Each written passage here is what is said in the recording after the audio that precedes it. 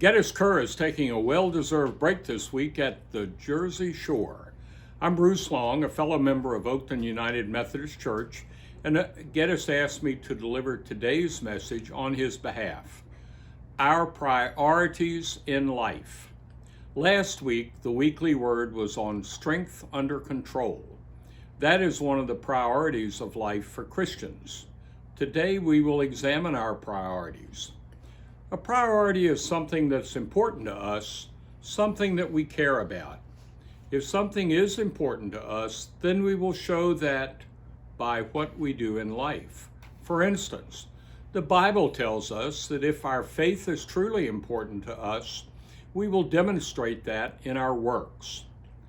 What is the greatest priority in life is the question asked of Jesus by the rich young man mentioned in Matthew 19, verse 16.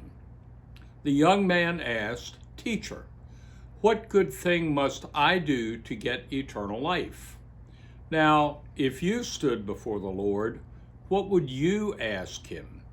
For some people, they might ask a similar question as that young man asked Jesus. Well, do you remember the response of Jesus?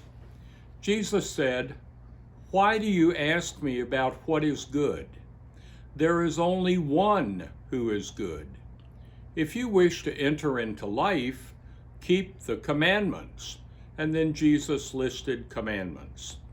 The young man's response was, "I have kept all these. What do I still lack?" Jesus then said, "If you want to be perfect, go, sell your possessions, and give your money to the poor, and you will have treasure in heaven. Then come and follow me." When the young man heard this word, he went away grieving, for he has many possessions. And we are left to infer that this rich young man could not bear to part with his possessions. Jesus wanted to teach the rich young man the lesson that no money he had could buy eternal life. That answer was difficult for the young man and even the disciples to understand. The Jewish disciples understood from their religious background that wealth was to them a clear indication of God's favor in their lives. Jesus was now teaching the young man and the disciples that power in God and not wealth was the first priority in life. Yes, when we follow Jesus Christ and his teachings and wisdom, our priorities change. The things that seemed important should no longer hold our attention. For the rich young man, his possessions got in the way of living his life to please God. He was no doubt a moral young man, but Jesus was telling him he didn't need wealth to get eternal life. He needed only that which Jesus could provide. So that leads each of us to ask ourselves a question. What are my priorities in life? Well, our pastor at Oakton Church, Pastor Ashley, loves to use the term points to ponder. So here are some points to ponder for you as you evaluate your priorities in life. Are these the priorities in your life? Developing a godly character. Reading and studying the Bible. Including prayer in your life. Overcoming sin in your life. Attending and supporting the church. Developing the fruits of the Spirit.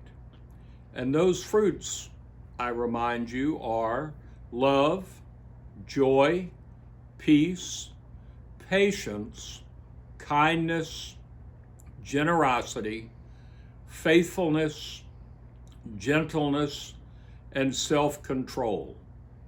And just as an editorial comment, reading those words certainly has a calming effect as I read them, and I hope perhaps as you hear them, if you think of getting those into your life, perhaps your life might be calmer.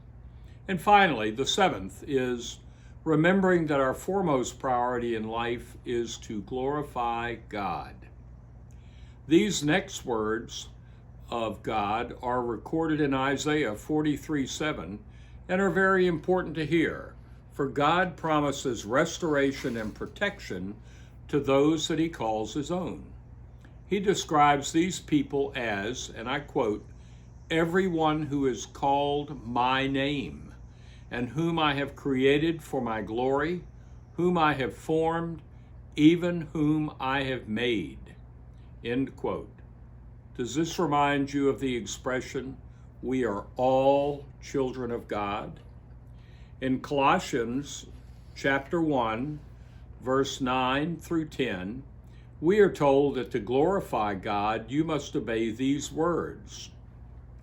Be filled with the knowledge of his will in all spiritual wisdom and understanding, so that you will walk in a manner worthy of the Lord, to please him in all respects, bearing fruit in every good work and increasing in the knowledge of God.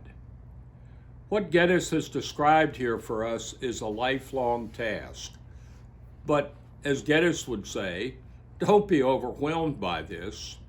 We all know that we often find that we have slipped and are not in perfect alignment with our priorities. So what do? We stop, we make adjustments to what we are doing, and then keep striving to make corrections and to do better.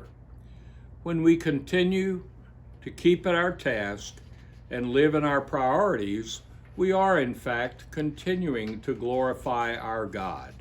So we keep at it. What is that expression with which you may be familiar? Quote, we are striving for perfection, end quote. Yet all the while, we know that we will never achieve true perfection, but we follow our priorities in our efforts. Thank you for taking the time to hear today's message about priorities.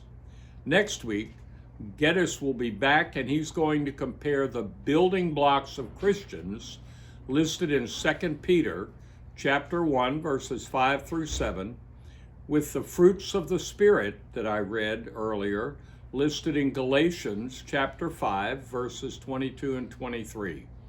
That together will be a message about knowledge and wisdom. We at Oakton Church wish you a good week as you consider your priorities in life. Thanks for tuning in, and may God be with you.